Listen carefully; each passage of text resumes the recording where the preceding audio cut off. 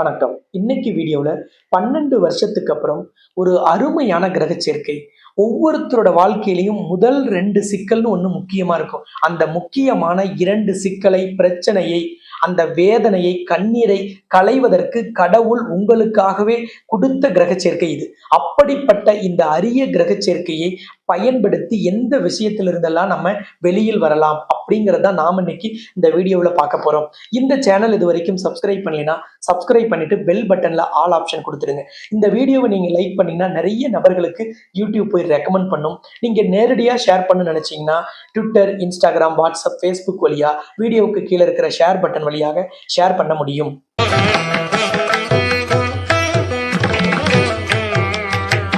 மீன ராசிக்கு தான் 12 வருஷத்துக்கு அப்புறம் ஒரு அற்புதமான கிரக சேர்க்கை.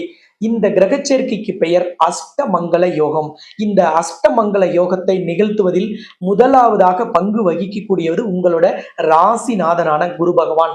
ஒருவருக்கு மங்கள விஷயத்தை நடத்தி தரக்கூடியவர், விஐபிகளின் அறிமுகத்தை தரக்கூடியவர், பரிபூரண சுபகிரகம், எப்பவுமே எல்லாத்தோட வாழ்க்கையிலும் வெற்றியை மட்டுமே தரக்கூடியவர் என்றெல்லாம் வர்ணிக்கக்கூடியவர் தான் உங்களோட ராசிநாதனான குரு பகவான்.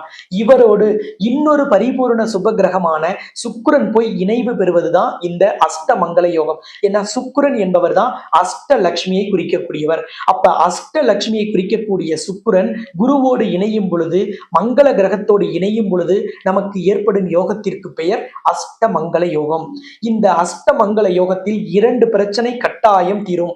இந்த 2 தான் என் வாழ்க்கையில பெரிய சிக்கல்னா இந்த 2ம் சரியாயிடும். இல்ல இதுல எனக்கு 1 தான் சரியாகணும் அப்படின்னாலும் அந்த 1 உங்களுக்கு உடனடியா சரியாகும். 1 திருமண தடை, இன்னொன்னு கடன் நிவர்த்தி.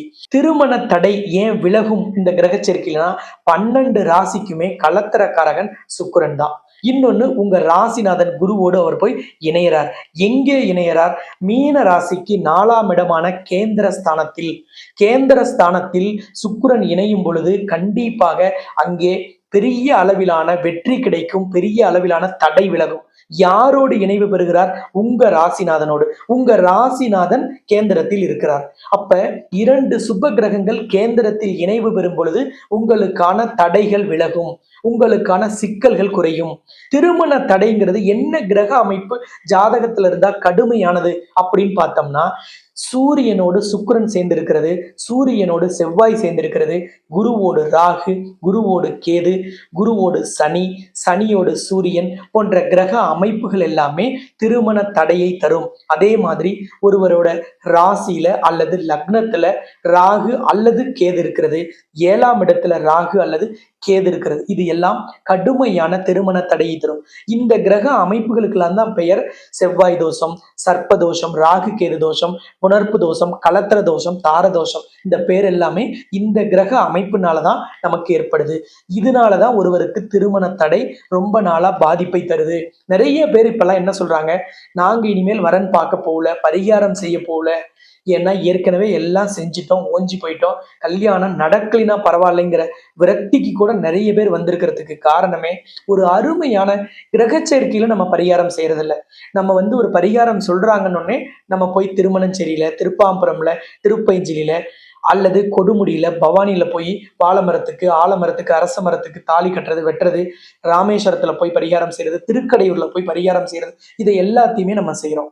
ஆனா நமக்கு கிரக சேர்க்கை நமக்கு சாதகமா இருக்கும் பொழுது இந்த பருவத்தை பயிர் செய்யன்னு சொல்லுவாங்க, பாத்திரம் அறிஞ்சு பிச்சை போடுன்னு சொல்லுவோம், எந்த ஒரு விஷயத்தையும் நாள் நட்சத்திரம் பார்த்து செய்யணும்னு சொல்லுவோம். அது போல பரிகாரத்தையும் நம்ம ஒரு அருமையான கிரக இணைவின் போது செய்யும் பொழுதுதான் அது முழுமையான பலனை தரும், உடனடியான பலனை தரும். இந்த பரிகாரமே முதல்ல உங்களுக்கு உடனடியாக பலனை தரக்கூடிய, 100% வெற்றியை தரக்கூடிய, எல்லாருக்குமே திருமண தடைக்கு இதுதான் கடைசி பரிகாரம். ஜோதிட சாஸ்திரத்திலையும் சரி, முன்னோர்களோ, சித்தர்களோ, யோகிகளோ, ஞானிகளோ எல்லாருமே திருமண தடைக்கு இந்த பரிகாரத்தை தான் கடைசி பரிகாரமாக சொல்றாங்க. அப்படிப்பட்ட பரிகாரத்துக்கு பெயர் என்னன்னா சுயம்வர கலா பார்வதி ஹோமம். இந்த ஹோமம் ஏன் 100% திருமண தடையை நீக்கும் கடைசி பரிகாரம்னு சொல்றாங்கன்னா, இதை முதல்ல செஞ்சது கடவுளில் தாய் பார்வதி தேவி தான் பரமேஸ்வரனான சிவபெருமானை திருமணம் செய்து கொள்வதற்காக. கடவுளை திருமணம் செய்து கொள்ள கடவுளே செய்த இந்த பரிகாரத்தை நாம் செய்யும் பொழுது திருமண தடை நீங்கும். ஏன்னா கடவுள் கை காட்டிய, கடவுள் வழிகாட்டிய பரிகாரம் இது. இந்த பரிகாரத்துல பார்வதி தேவி என்ன மந்திரத்தை பயன்படுத்தினாங்களோ அந்த மந்திரம் தான் மூல மந்திரமாக இந்த ஹோமத்துல சொல்லப்படும். அதனாலதான் இது 100% தீர்வை தருது. இன்னொன்னு கலத்திரக்காரகன்னா சுக்கிரன், சுக்கிரனோட அதிபதினா கடவுளில் தாய் மகாலட்சுமி. அப்ப இந்த பரிகார ஹோமத்தை மகாலட்சுமியின் ஆலயத்தில் செய்யும் பொழுது உடனடியான தீர்வு கிடைக்கும், நீண்ட கால திருமண தடை விலகும். அப்ப இந்த குரு சுக்கிரன் சேர்க்கைங்கிறது ஆகஸ்ட் 20 வரைக்கும் இருக்கு.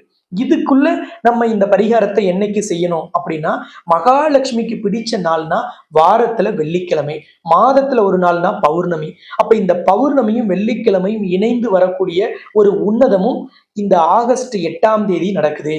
ஆகஸ்ட் 8 ஆடி 23, ஆடி மாதம் வரக்கூடிய 4வது வெள்ளிக்கிழமை பௌர்ணமி வெள்ளிக்கிழமை. அன்னைக்கு வரலட்சுமி விரத நாளும் இருக்கு, ஆடி வெள்ளியாகவும் இருக்கு, குருவும் சுக்கிரனும் இணைவு பெற்றும் இருக்கு.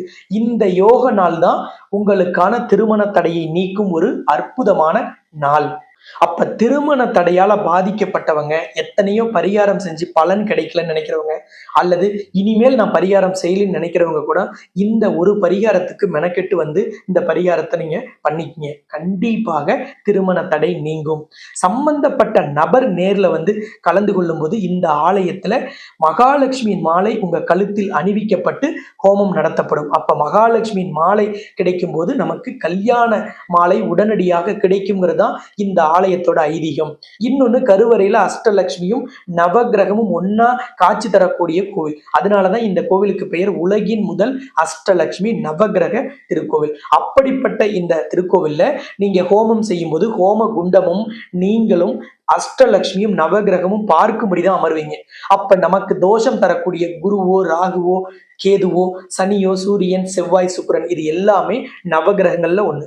அப்ப இந்த நவகிரகங்கள் பார்க்கும் பொழுது, ஹோம குண்டத்தை பார்க்கும் பொழுது நமக்கு கிரக தோஷங்கள் நீக்கப்படும்.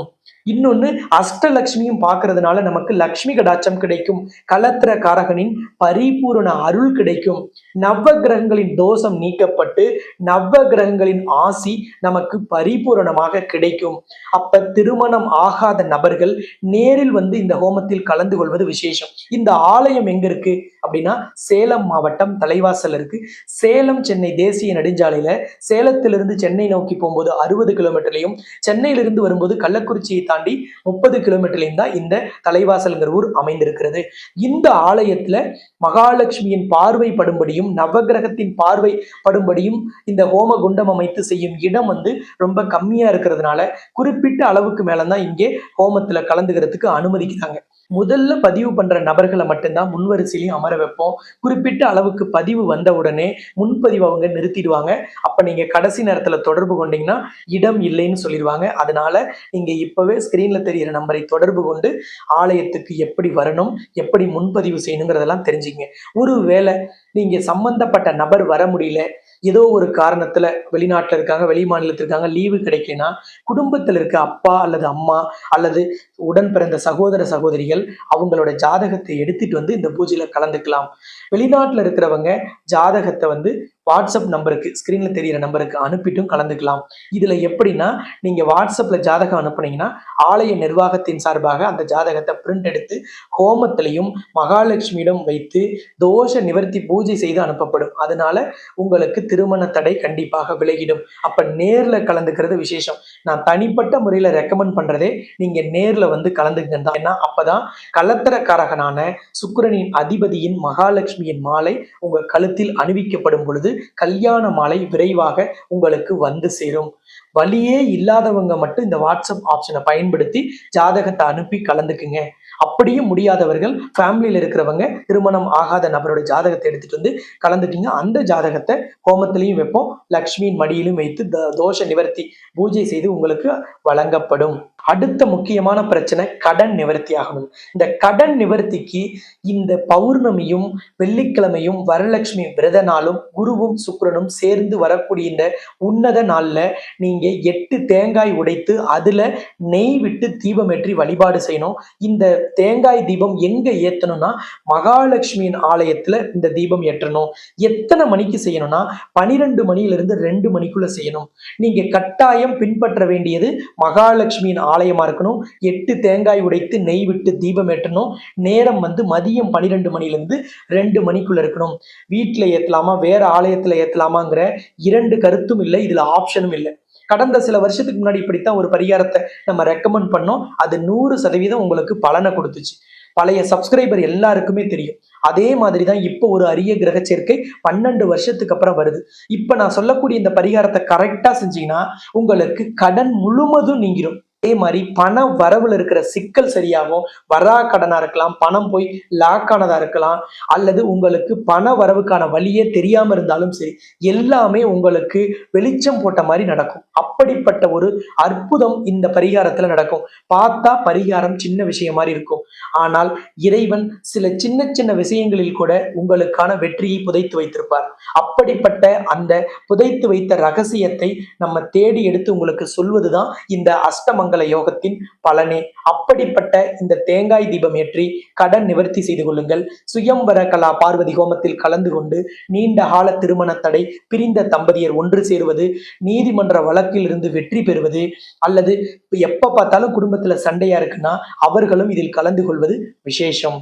இதை சரியாக பயன்படுத்தி கொண்டு வாழ்க்கையில் ஒரு சந்தோஷத்தையும் மன மகிழ்ச்சியையும் பெற்று நிறைவான வாழ்க்கை வாழுங்கள் என்று உங்கள் சார்பாக அஷ்டலட்சுமியையும் நவகிரகத்தையும் பிரார்த்தனை செய்து இந்த வீடியோவை நிறைவு செய்கிறேன். இந்த சேனல் இது வரைக்கும் சப்ஸ்கிரைப் பண்ணாமல் இருந்தால் சப்ஸ்கிரைப் பண்ணிட்டு பெல் பட்டன்ல ஆல் ஆப்ஷன் கொடுத்துருங்க. இந்த வீடியோவை நீங்க லைக் பண்ணும்போது நிறைய நபர்களுக்கு யூடியூப் போய் காமிக்கும். இல்லை நீங்க நேரடியா மீன ராசி அல்லது மீன லக்னத்தில் பிறந்த உங்களோட ஃப்ரெண்ட்ஸ், ரிலேட்டிவ்ஸ், அக்கம் பக்கத்தில் இருக்கவங்க, ஃபேஸ்புக் குரூப்ல, வாட்ஸ்அப் குரூப்ல இருக்கவங்க, ட்விட்டர், இன்ஸ்டாகிராம் எல்லாம் ஷேர் பண்ணாலும் வீடியோவுக்கு கீழே இருக்கிற ஷேர் பட்டன் வழியா நீங்க ஷேர் பண்ணலாம். அதே மாதிரி இந்த ஹோமத்துக்கு நான் தான் தலைமையேற்று நடத்தி வைக்கிறேன். அப்ப ஆகஸ்ட் 8ஆம் தேதி ஆடி 23 இந்த உலகின் முதல் அஷ்டலட்சுமி நவகிரக திருக்கோயிலுக்கு வந்தீங்கன்னா ஏதாவது உங்களுக்கு சந்தேகங்கள் இருந்தாலும் என்கிட்ட அந்த நேரத்துல கேட்டு தெளிவும் பெறலாம் என்று சொல்லி இந்த வீடியோவை நிறைவு செய்கிறேன். இதே போல் இன்னொரு சந்தர்ப்பத்தில் மீண்டும் சந்திக்கும் வரை உங்களிடமிருந்து விடைபெறும் நான் ஜோதிட ரத்னா, ஜோதிட கலாநிதி, ஜோதிட செம்மல், மகாலட்சுமி உபாசகர், ஸ்ரீலஸ்ரீ டாக்டர் ராம் பரிமளம் ஆச்சாரிய குருஜி. நன்றி, வணக்கம்.